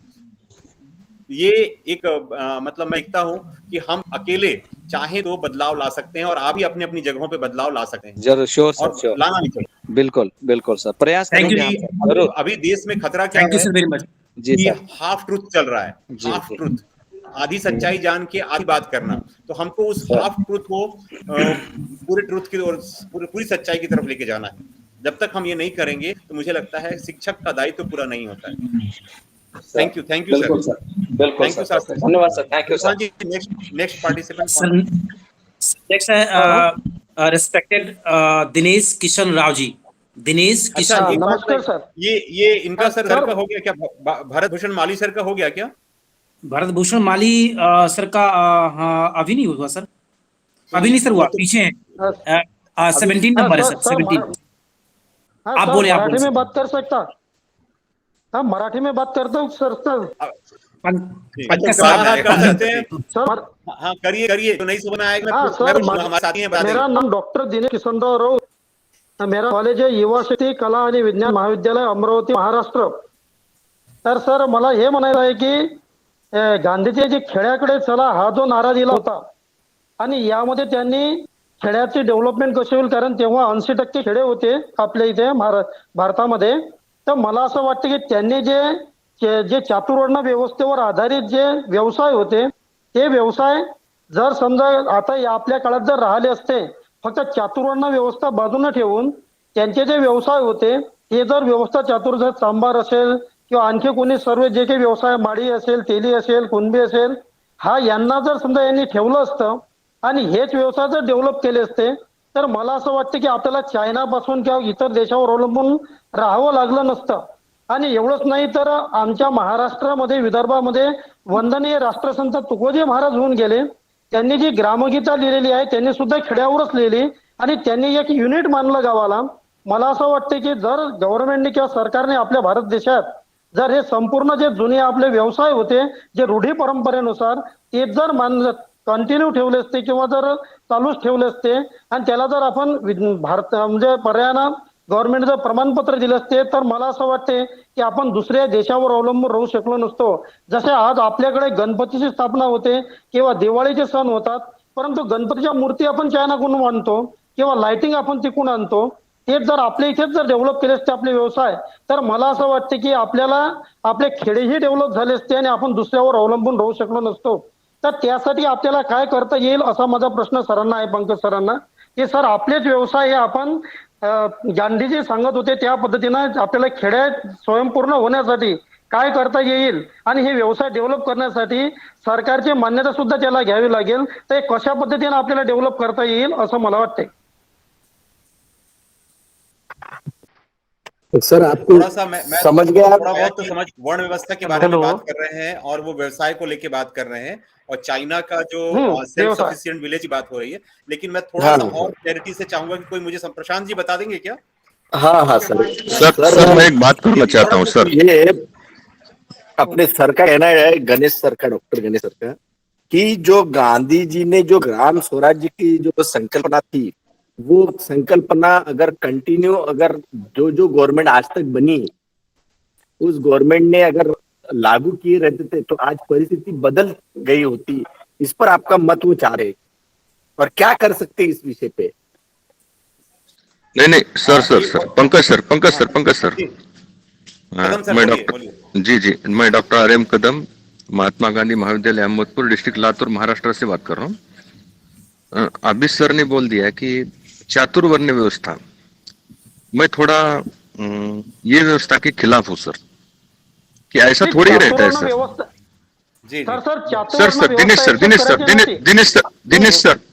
दिनेश सर एक मिनट माझा ऐका। ठीक है। मेरा ऐसा कहना है कि ऐसी थोड़ी ही रहता है कि कैलिबर कौन सी जात में रहता है। कैलिबर वो चातुर्वर्ण व्यवस्था चातुर्वर्ण व्यवस्था गुणों के आधार पे थी, जात के आधार पर नहीं होना चाहिए। सर मेरा वो जात के आधार पे था ही नहीं, गुणों के आधार पर चातुर्वर्ण व्यवस्था जी जाति में परिवर्तित। दिनेश सर एकच मिनिट ऐका तुम्ही। माझं एक मत होतं की चातुर्वर्ण व्यवस्था हे कशासाठी काढायची? बाबासाहेब आंबेडकर शूद्र होते। ऐका 2 मिनिट ऐका सर, 2 मिनिट ऐका प्लीज। हा तुम्ही नंतर बोला सर। बाबासाहेब आंबेडकर शूद्र होते आणि एखादा कुठला तर जातीतला माणूस एखादा मोठा असेल वर्णातला, मग एखाद्या पंकज सर मैं हिंदी में बात करूंगा सर। पंकज सर मैं हिंदी में जी बोलिए, मैं समझ नहीं पा रहा हूँ। जी मैं हिंदी में बात करूंगा सर। मुझे क्या लग रहा है, ये वर्ण व्यवस्था क्यों चाहिए हमारे यहाँ? हम तो महाराष्ट्र से है। आज तक अभी चातुर्वर्ण व्यवस्था पे बात किया था, मैं सुन रहा था। बापू जादव सर का भी सुना मैंने। बापू जादव सर के पीछे मैंने देख लिया कि बाबा साहेब अम्बेडकर थे, ज्योतिबा फुले थे, फिर शाहू महाराज थे, शिवाजी महाराज थे, हमारे महाराष्ट्र में थे सर। मैं थोड़ा ये सिस्टम के खिलाफ हूं सर, कि हम चातुर्वर्ण व्यवस्था क्यों बोलते हैं? कैलिबर अगर कैलिबर अपने आप में है, समझो मैं शूद्र का हूं, अगर मेरे दिल में, मेरे जहन में मैं वैश्य की तरह मैं बिजनेस कर सकता हूं सर, तो मैं क्या करूं? या मैं शूद्र रहूं या वैश्य की तरह बिजनेस करूं? अगर मैं शूद्र हूं, नहीं बहुत अच्छा प्रश्न है सर। एक आदमी के अंदर चारों भी गुण रह सकते हैं और वो चारों भी वर्णों के हिसाब से काम कर सकता है। वही मैं बोल रहा हूँ सर। अभी दिनेश सर ने क्या बोला, अगर आप अलग तरह से सोचेंगे तो आज भी हर जगह ये पूरे वर्ण अपने अंदर है, अपनी व्यवस्था में है, अपने अंदर है सर, अपनी व्यवस्था में भी है, लेकिन हम उसको आज अलग कर दिया है हमने वर्ण व्यवस्था को। उसको वापस लाने की जरूरत नहीं, लेकिन है वो जरूरत ही नहीं है सर। और वो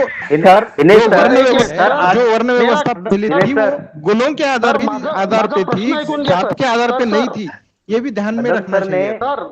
सर माझं म्हणणं हे होतं की जे त्यावेळेचे व्यवसाय होते, फक्त व्यवसाय, त्यांचे फक्त व्यवसाय ऍक्सेप्ट करायचे होते, ते व्यवस्था ऍक्सेप्ट सर व्यवसाय कुणी करू शकतो सर, कुणी व्यवसाय कुणी कुठला करू शकतो? व्यवसाय कोणी कोणताही करायला पाहिजे होता, परंतु माझं म्हणणं काय आहे, ते व्यवसाय जिवंत करायला ठेवायला पाहिजे होते आपल्या शासनाने, हे माझं म्हणणं। व्यवसाय कुणीही करू शकतो सर, पण याला असं नाही म्हणता येत की आपल्याला की तो वैश्यच असायला पाहिजे। नाही, नको बरोबर आहे। मी प्राध्यापक झालोय सर, बरोबर आहे। मी शूद्रातला आहे, मी प्राध्यापक झालोय, मी काय करायला पाहिजे होतं? सर माझं म्हणणं काय, मी ते म्हणत नाही, मी फक्त त्यावेळेचे जे तत्कालीन व्यवसाय आहे, हे जर व्यवसाय आपण डेव्हलप केले असते, फक्त व्यवसाय, चातुर्वर्णाचा माझा काहीही उल्लेख त्यामध्ये नाही, कोणीही करू शकतं, पण ते व्यवसाय आपल्या आज मोडकळीस आलेले आहे। ते व्यवसाय जर डेव्हलप झाले असते तर ते शासनामार्फत। मेरा कहना यही है कि बस हम अपने गुणों के हिसाब से अपना कर्म करते जाइए। ऐसा नहीं है कि मैं शूद्र हूं तो मैं सिर्फ सफाई करूंगा, मैं ब्राह्मण हूं तो सिर्फ मैं पढ़ाई करूंगा। नाही, मेरा कहना ये नाही था सर। आपण कोणताही व्यवसाय करू शकतो, फक्त ते जे तत्कालीन आपले व्यवसाय होते, ते व्यवसाय जर आज जिवंत राहिले असते तर मला असं ते आपल्याला चायनापासून माल घ्यायची आवश्यकता पडली नसते। तो कोणताही नहीं नहीं, व्यक्ती कोई करू भी शकतो, कर सकता कोणत्याही है ना, नेता करू शकतो. हम ही क्यों करें, वही बोल रहा हूँ मैं। नहीं अरे अपन ने नहीं, सब गवर्नमेंट ने उसको डेवलप करना था व्यवसाय को, ऐसा मेरा कहना है. जरूरी नहीं है, जरूरी नहीं, जिसके पास जो कैलिबर है वो करेगा, हम ही क्यों करेंगे वही व्यवसाय, सर बराबर है ना, यही मेरा कहना है. पंकज सर, क्योंकि हम इंसान हैं। कदम सर पहले जी आप सर, जी कैमरा सर, ऑन करिए, जी मैं बराबर है, आपको देख नहीं बराबर पा है. रहा। कदम सर कैमरा ऑन करिए, मैं आपको देख नहीं पा रहा। क्वेश्चन हेलो हेलो कदम सर जी सर, जी सर, जी सर, जी सर, 100% हम सहमत है जी सर, जी सर, जी सर, बोलिए सर, बोलिए सर। पंकज सर, मेरा सवाल यही था कि हम पंकज सर, जात के हिसाब से हमारा डिस्ट्रीब्यूशन मत करो, हमारे कैलिबर के हिसाब से हमारा डिस्ट्रीब्यूशन ते करो। फक्त व्यवसाय डेव्हलप करत होता फक्त, आणि ते कोणीही करू शकतात. बिजनेस भी जो करना है तो कोई भी कर सकता है ना। अंबानी की जात बराबर है देखते ना, हो क्या बराबर आप, अदानी की जात देखते हो क्या आप? मेरा सवाल पंकज यही सर है। काफी पार्टिसिपेंट्स हैं, आगे बढ़े फिर बाद में कंक्लूजन निकाल लेंगे सर. सही बात है पंकज सर जी जी सर, जी जी पार्टिसिपेंट्स सर, काफी हैं. बोलिए सर, आप बोलिए। एक मिनट थोड़ा सा साइलेंट करिए। और मैं बस एक चीज कह रहा था, कदम सर आप कैमरा ऑन करिए, आपकी आवाज बहुत अच्छी है, मैं आपको पहले देखना भी चाह रहा था। आरएम कदम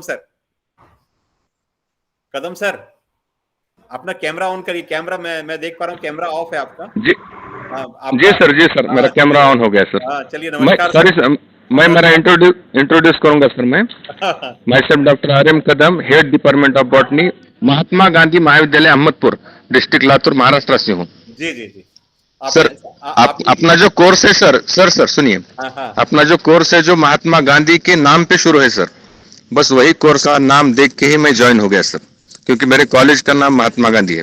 नहीं बहुत अच्छी बात है कदम सर। आप मतलब साइंस और 2 अक्टूबर को सर मेरे कॉलेज की फाउंडेशन हो गया 1969 में। जब से आज तक हमारे कॉलेज में महात्मा गांधी जी के जयंती पे ब्लड डोनेशन कैंप होता है सर, 1969 से। और कल परसों जो 2 तारीख थी ना, उस दिन भी हमारे यहाँ ब्लड डोनेशन कैंप हो गया। 108 बोतल सर, 108 बोतल, 108 बोटल्स हमने कलेक्ट करके गवर्नमेंट हॉस्पिटल, हमारे जो सिविल हॉस्पिटल है ना, वहां पे दे दिए सर। मुझे बहुत अच्छा लगा कि आपके यहाँ पे ये कोर्स आ गया, इसलिए मैं ये कोर्स को आ गया सर। और अच्छे डिस्कशन बहुत अच्छे हो गए। मैं नहीं बोलूंगा कि कमियां थी। जी जी जी मैं सर मगर हाँ जी सर, जी मतलब आप साइंस के होके और आप हमारे जी सर के हुए हैं, ये हम लोगों के लिए बहुत खुशी की बात है कि साइंस का व्यक्ति भी Thank you, गांधी sir. के बारे में सुनना चाहता है, बात करना चाहता है। तो ये बहुत जी सर, important जी है सर। और आपने जो विचार रखे बहुत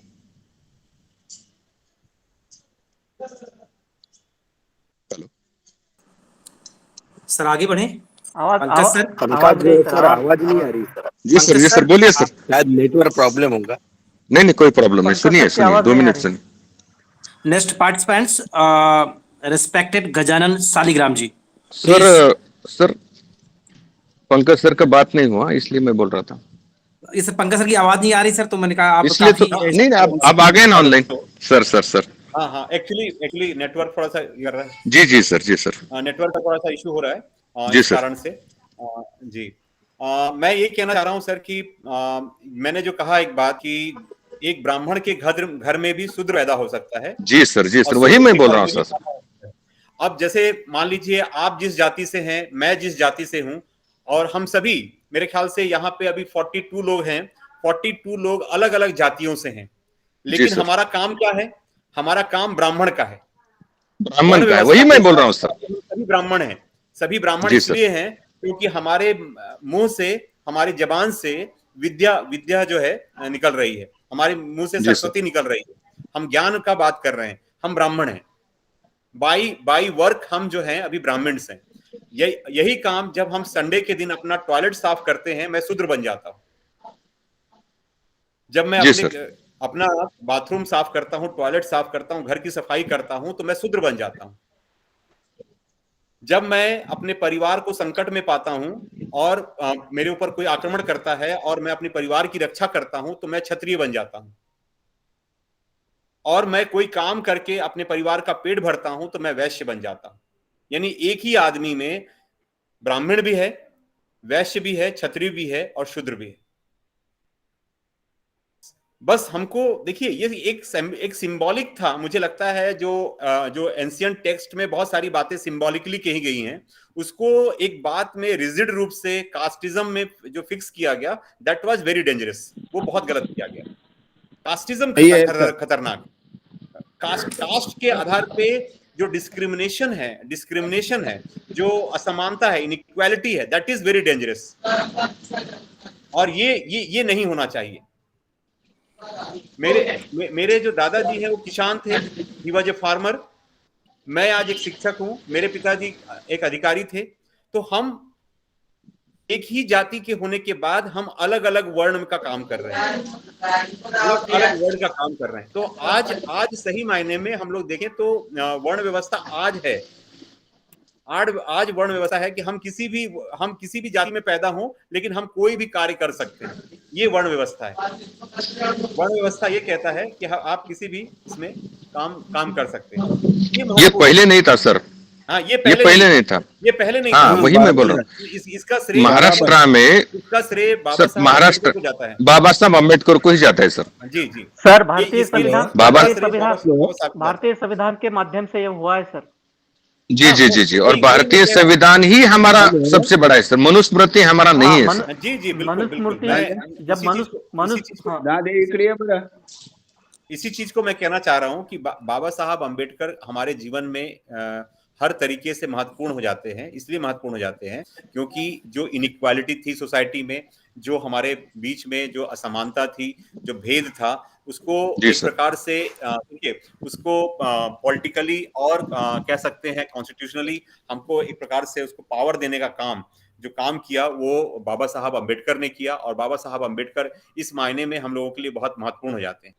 तो आज के डेट में मैं मानता हूं कि जो वर्ण व्यवस्था है, यदि हम लोग कहें कि जैसे हम किसी भी जाति में पैदा हुए हैं, हम में से मैंने कहा कि अभी 40-42 लोग हैं, सभी अलग अलग जाति में पैदा हुए हैं, लेकिन अभी जो काम कर रहे हैं हम लोग एक बाई कास्ट यदि काम कर रहे हैं तो हम ब्राह्मण का काम कर रहे हैं।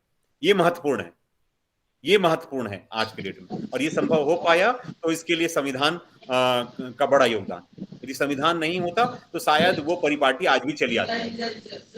बहुत बढ़िया सर। और साथियों, हमारे बीच में इसी बीच प्रोफेसर श्रीवास्तव सर जो हमारे हेड भी हैं, और वो भी हमारे साथ जुड़ गए हैं, और मैं चाहूंगा कि आपका यदि कोई प्रश्न श्रीवास्तव सर से भी हो तो आप कर सकते हैं, और इसी बीच में मैं नेक्स्ट पार्टिसिपेंट को भी इनवाइट करूंगा, और उनका जो दिनेश सर का जो प्रश्न था वो एक मैं कहना चाहूंगा कि सर आपका प्रश्न बीच में दूसरे इसमें चला गया, लेकिन मैं कहूंगा कि जो ग्राम स्वराज की बात थी, बात सही है कि आज गवर्नमेंट कह रही है स्किल डेवलपमेंट की बात, तो हम स्किल डेवलपमेंट की बात हम लोग इसलिए आज करने के लिए कोशिश कर रहे हैं सर, क्योंकि हमने गांधी के बुनियादी शिक्षा को त्याग दिया। यदि गांधी के बुनियादी शिक्षा को अडॉप्ट किया होता 1947 के बाद, 50 के बाद, तो शायद बुनियादी शिक्षा के कारण हमको आज स्किल इंडिया और वो सब अभियान नहीं करना पड़ता।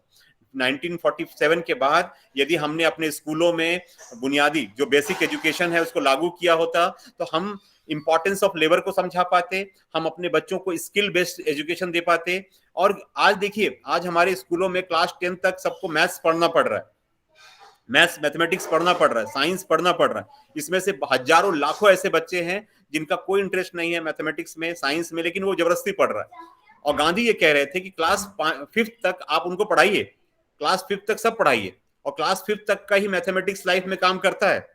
आज हम सबके लाइफ में जो मैथमेटिक्स है, क्लास 5 का जो मैथमेटिक्स है वही उतना ही काम का है। बाकी जो मैथमेटिशियन हैं या जो मैथमेटिकल साइंस में जो जाते हैं वो उनके लिए, रिसर्च के लिए जो काम कर रहा है, लेकिन हमारे जो अप्लाइड मैथमेटिक्स है वो सिर्फ क्लास 5th तक की मैथमेटिक्स काफी है। तो क्लास 5th के बाद जो है स्किल बेस्ड एजुकेशन होना चाहिए ताकि बच्चा अपना ये कर सके। आज नेशनल एजुकेशन पॉलिसी लाई गई और इसकी बात की जा रही है, लेकिन ये बात हमको 60-70 साल पहले करनी चाहिए थी। इसलिए हमने कहा ना कि गांधी को अकेले नाथूराम गोडसे ने नहीं मारा, गांधी को हम सब ने थोड़ा थोड़ा मारा है। गांधी के शरीर को तो नाथूराम गोडसे ने मारा, लेकिन गांधी के विचार को हम सब ने मिलकर थोड़ा थोड़ा मारा, और आज भी मार रहे हैं। बहुत सटीक उत्तर सर, बहुत बढ़िया sir. Thank you sir, thank you. Okay Pankaj sir. जी पंकज सर, किसी के शरीर को मारना आसान है, वो थोड़ा कम गुनहगार है, मगर हम ज्यादा गुनहगार है क्योंकि गांधी जी के विचारों को हम मार रहे हैं। हम सबसे बड़े खूनी हैं। जी, आपसे ठीक कह रहे हैं डॉक्टर शिवाजी। आपने ये बात जो की कि विचारों को जो हम खत्म करते हैं तो वो बड़ी बात है। और मैं जो इस शॉर्ट टर्म कोर्स के माध्यम से जो कोशिश कर रहा हूँ इसी चीज को, कि यदि मैं आज 40 शिक्षकों के बीच में ये बात कर रहा हूँ इस कोर्स के माध्यम से, तो मेरा ऐसा विश्वास है कि हम गांधी को 40 कॉलेजों में ले जाएंगे, 40 विश्वविद्यालयों में ले जाएंगे, जहां पे हम हजारों बच्चों तक पहुंच पाएंगे। और हजारों बच्चों तक पहुंचना यानी कि हम युवा पीढ़ी तक पहुंच पाएंगे।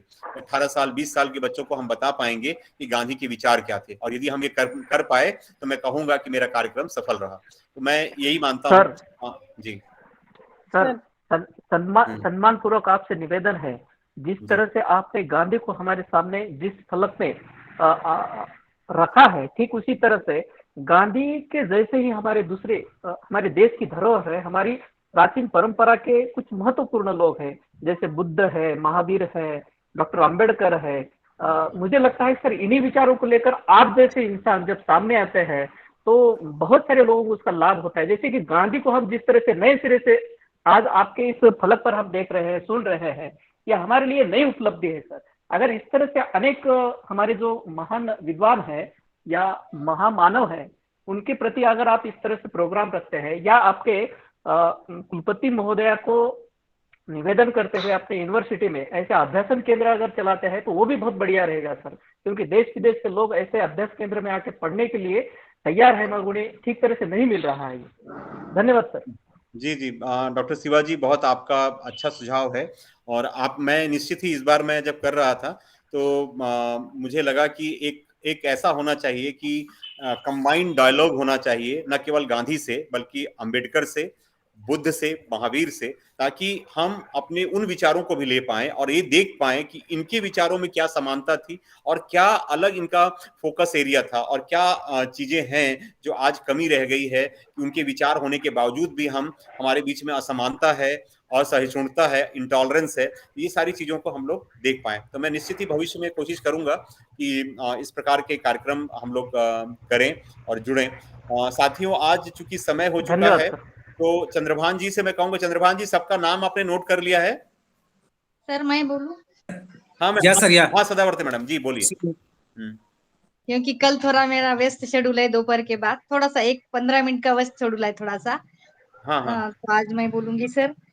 जी बोलिए, मैडम का नाम नोट कर लीजिए। हाँ, गांधी जी के बारे में ये 5 डेज में बहुत सुना है और ऐसा लगा है कि देखो सर, अध्यात्म में गांधी जी दिखाई पड़ते, राजकीय क्षेत्र में गांधी जी दिखाई पड़ते, सामाजिक क्षेत्र में गांधी जी है, साहित्य में गांधी जी है, पर्यावरण में गांधी जी है, आर्थिक विषय में गांधी जी है, ग्रामीण भाग में गांधी जी है और मूल्य दर्शन में गांधी जी है।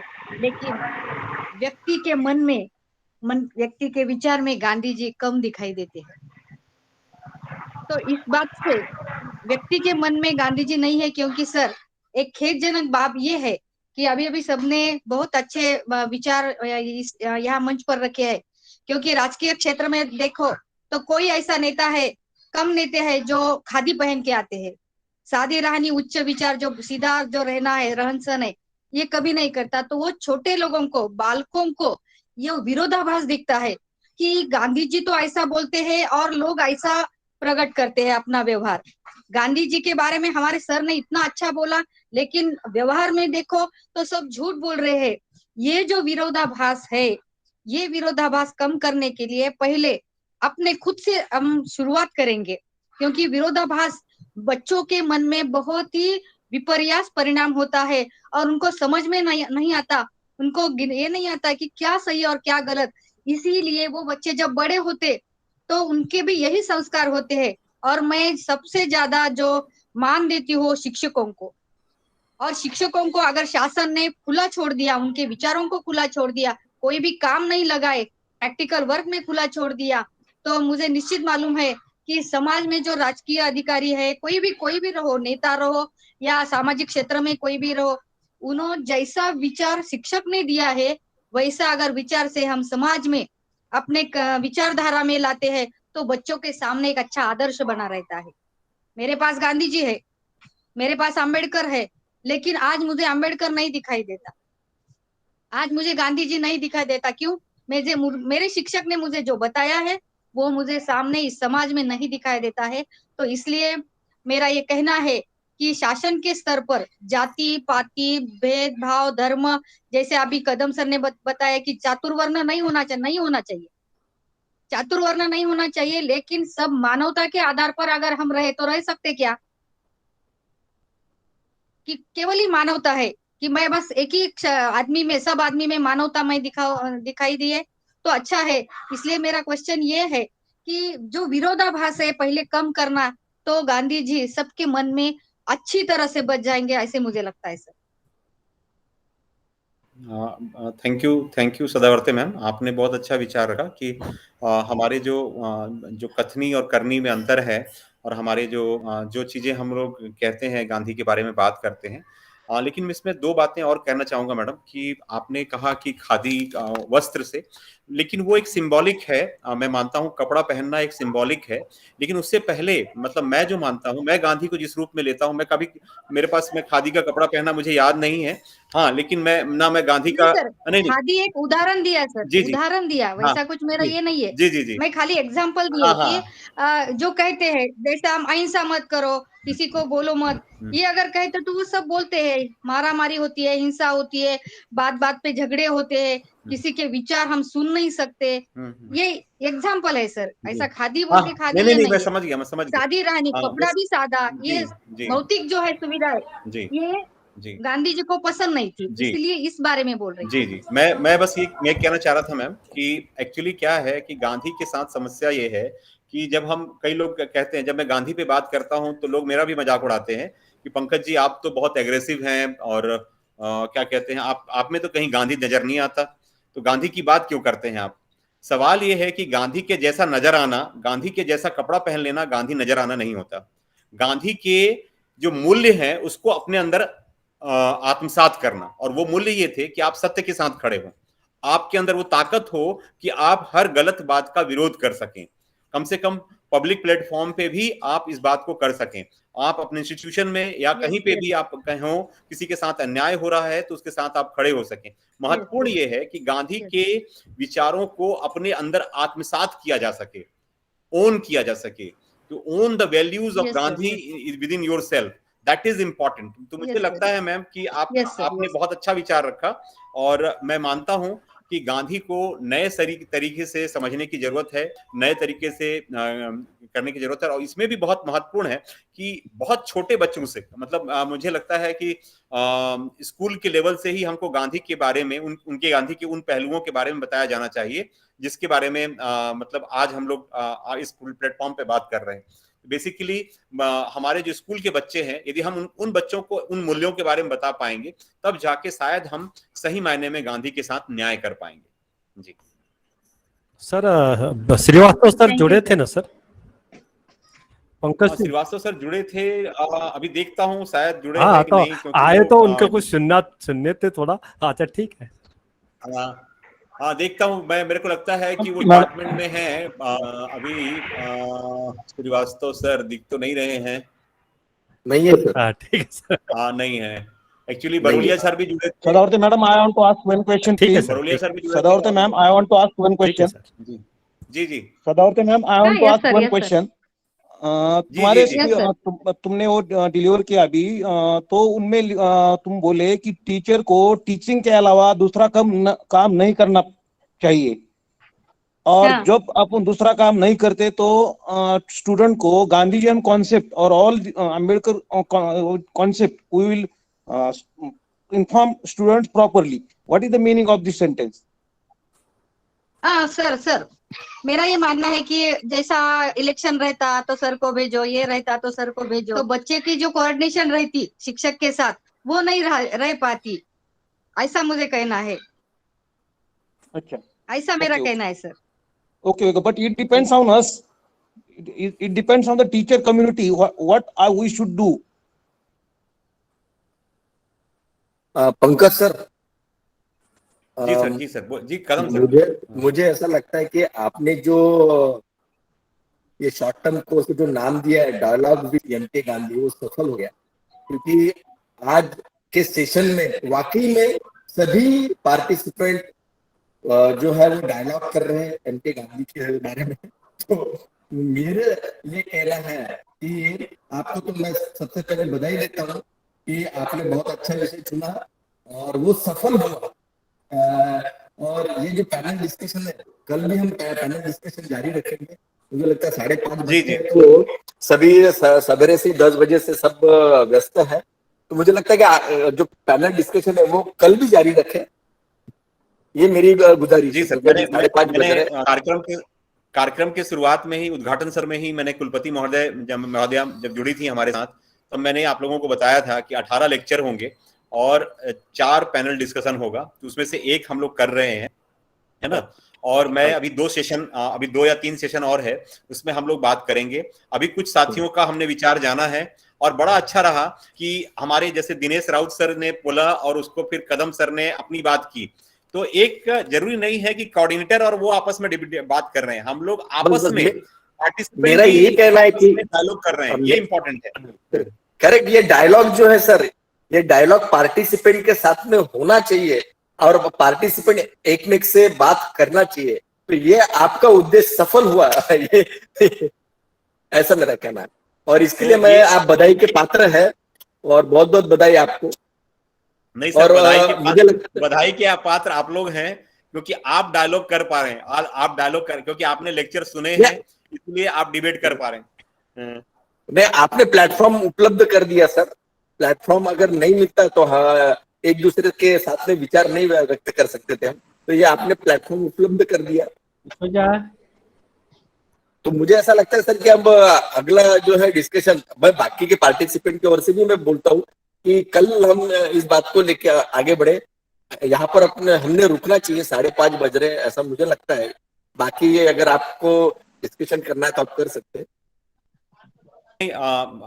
कल हम लोग बात करेंगे, कल आगे बात करेंगे, और क्योंकि हमारे पास कल पर्याप्त सेशन है बात करने के लिए, तो मैं सभी साथियों को कहूंगा कि आप लोग चौथे सेशन में बने रहे। इसके लिए आपका बहुत बहुत धन्यवाद, और आपने पूरे मन के साथ डिस्कशन किया जितने लोगों ने किया। और कुछ लोग जैसे सदावर्ते मैडम हैं, कदम साहब हैं, और जैसे प्रशांत कटकोले जी हैं, मतलब आउट ऑफ टर्न आके भी उस बात में डिस्कशन में एक्टिवली पार्टिसिपेट किया।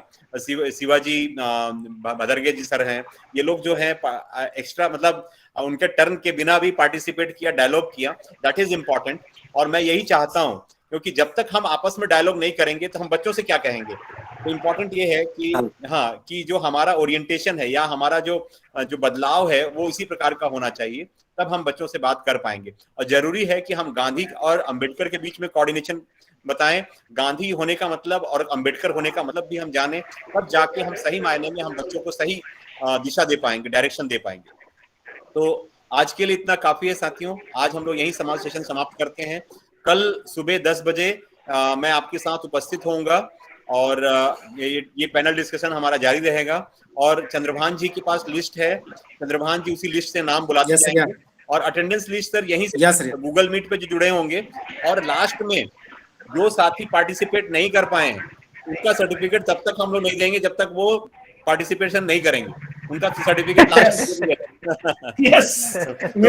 तो डायलॉग करना जरूरी है, गांधी के डायलॉग से आप बच नहीं सकते हैं, ठीक है ना। तो ठीक सर, सभी को सर हम पंकज सर, हम सभी को नमस्कार जी। नमस्कार सभी को, नमस्कार जी। सर पंकज सर जी, पंकज सर जी सर बोलिए जी। आपके